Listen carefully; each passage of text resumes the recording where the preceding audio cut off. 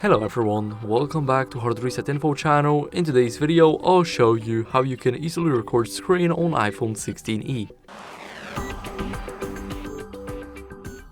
So first, what you guys need to do is head over to the navigation center bar and click on this little shortcut here. If you don't have it, hold here, click on add a control and scroll down until you see display and brightness, and here click on screen recording. Now after you have it, simply click it and here's a countdown. Now it's recording, and if we want to stop it, simply click on the hour right here and click on stop. As you guys can see, the screen recording has been saved into our photos. And that's it. Thank you guys for watching, make sure to leave a like, subscribe, and see you in the next video. Bye.